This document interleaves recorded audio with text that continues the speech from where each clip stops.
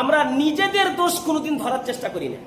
যতদিন থেকে আমার জ্ঞান হয়েছে, আমি আমাদের ভারতবর্ষের প্রধানমন্ত্রী নরেন্দ্র মোদীর একটাও খারাপ দিক দেখতে পাইনি।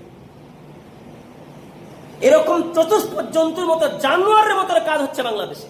আমাদের ভারত তো অনেক ভালো, এরকম কোন নজির পাওয়া যায় না। আমেরিকাতে যান, সেখানেও মুসলিম ভালো নাই।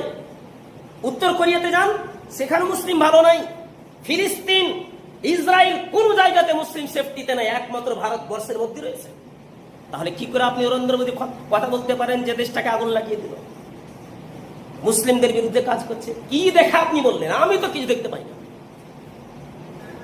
আপনি হচ্ছেন একটা স্বার্থপর।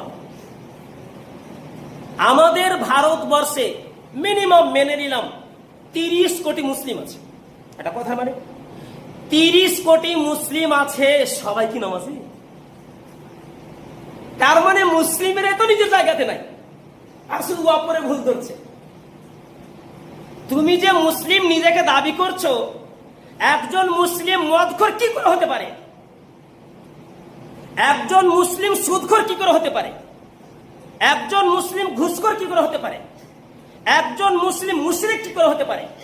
একজন মুসলিম বেদাতি কি করে হতে পারে? একজন মুসলিম বেনামাজি কি করে হতে পারে? নিজের জায়গাতে তুমি নাই বাবু, আর তুমি শুধু নেতা মন্ত্রী ভুল ধরে চলে যাচ্ছ। দেশে আগুন লাগিয়ে দিল, আগুন লাগিয়ে দিল, দেশটাকে তুমি আগুন লাগিয়েছ।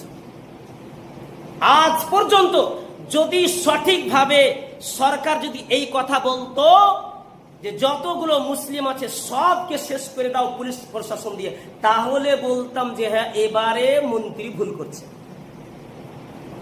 ভাই একটু বোঝার চেষ্টা করবেন।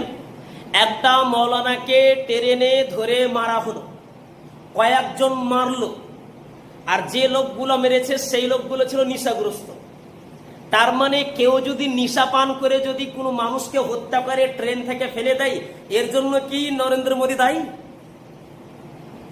ভালো করে বুঝেন জিনিসটা। পশ্চিম বাংলাতে একটা মানুষকে, মুসলমানকে কোনো এক জায়গাতে তাকে হত্যা করে ফেললো কয়েকটা উগ্রপন্থীবাদী লোক, কয়েকটা মদখোর, সুদখোর, ঘুষখোর।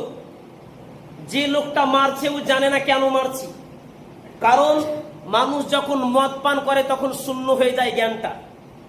এখন ওরকম ভাবে একটা লোককে হত্যা করলো, এর জন্য কি শুভেন্দু দায়ী হবে? কখন দায়ী হবে?